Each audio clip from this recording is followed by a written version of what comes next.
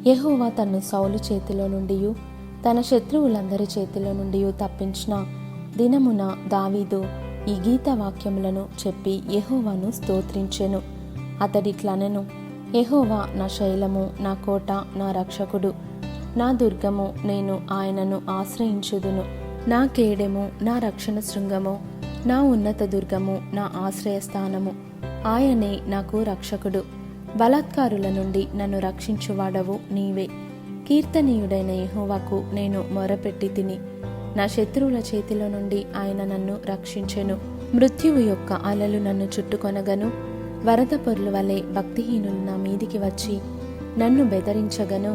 పాతాళ పాశములు నన్ను అరికట్టగను, మరణపు ఊరులు నన్ను ఆవరించగను. నా శ్రమలో నేను యెహోవాకు మొరపెట్టి తిని, నా దేవుని ప్రార్థన చేసి తిని. ఆయన తన ఆలయములో ఆలకించి నా ప్రార్థన అంగీకరించెను. నా మొర ఆయన చెవులలో చొచ్చెను. యోహాను రాసిన ప్రకటన గ్రంథము 2వ అధ్యాయము. ఎఫెసులో ఉన్న సంఘపు దూతకు ఇలాగూ వ్రాయము: 7 నక్షత్రములు తన కుడి చేత పట్టుకొని 7 దీపస్తంభముల మధ్య సంచరించువాడు చెప్పు సంగతులేవనగా, నీ క్రియలను, నీ కష్టమును, నీ సహనమును నేనెరుగుదును. నీవు దుష్టులను సహింపలేవనియు, అపోస్తలులు కాకయే తాము అపోస్తలులమని చెప్పుకుని వారిని పరీక్షించి వారు అబద్ధికులని నీవు కనుగొంటివనియు, నీవు సహనము కలిగి నా నామము నిమిత్తము భారము భరించి అలయలేదనియు నేనెరుగుదును. అయినను మొదట నీకుండిన ప్రేమను నీవు వదిలితివని నేను నీ మీద తప్పు ఒకటి మోపవలసి ఉన్నది. నీవు ఏ స్థితిలో నుండి పడితివో అది జ్ఞాపకము చేసుకొని మారు మనసు పొంది ఆ మొదటి క్రియలను చేయుము. అట్లు చేసి నీవు మారు మనసు పొందితేనే సరి. లేని ఎడల నేను నీ యొద్దకు వచ్చి నీ దీపస్తంభమును దాని చోట నుండి తీసివేతును. అయితే ఈ ఒకటి నీలో ఉన్నది, నీకొలాయితుల క్రియలు నీవు ద్వేషించుచున్నావు. నేను కూడా వీటిని ద్వేషించుచున్నాను.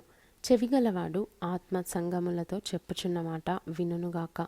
జయించువానికి దేవుని పరదేశులో ఉన్న జీవవృక్ష ఫలములు భుజింపనిత్తును అని చెప్పగా, యేసు వారితో ఇట్లనెను: దేవుడు మీ తండ్రి అయిన ఎడల మీరు నన్ను ప్రేమింతురు. నేను దేవుని యొద్ద నుండి బయలుదేరి వచ్చి ఉన్నాను. నా అంతట నేనే వచ్చి ఉండలేదు, ఆయన నన్ను పంపెను. మీరేలా నా మాటలు గ్రహింపకున్నారు? మీరు నా బోధ విననేరకుండుట వలననే గదా. మీరు మీ తండ్రి యగు అపవాది సంబంధులు. మీ తండ్రి దురాశలు నెరవేర్చగోరుచున్నారు. ఆది నుండి వాడు నరహంతకుడై ఉండి సత్యమందు నిలిచినవాడు కాడు. వాని అందు సత్యమే లేదు. వాడు అబద్ధమాడునప్పుడు తన స్వభావము అనుసరించియే మాటలాడును. వాడు అబద్ధికుడును, అబద్ధమునకు జనకుడునై ఉన్నాడు. నేను సత్యమునే చెప్పుచున్నాను గనుక మీరు నన్ను నమ్మరు. నా యందు పాపమున్నదని మీలో ఎవడు స్థాపించును? నేను సత్యము చెప్పుచున్న ఎడల మీరెందుకు నన్ను నమ్మరు?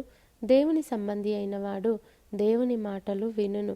మీరు దేవుని సంబంధులు కారు గనుకనే మీరు వినరని చెప్పెను. అందుకు యూదులు, నీవు సమరయుడవును, దయ్యము పట్టిన వాడవును అని మేము చెప్పుమాట సరియే గదా అని ఆయనతో చెప్పగా, యేసు, నేను దయ్యము పట్టిన వాడను కాను, నా తండ్రిని గనపరచువాడను. మీరు నన్ను అవమానపరచుచున్నారు.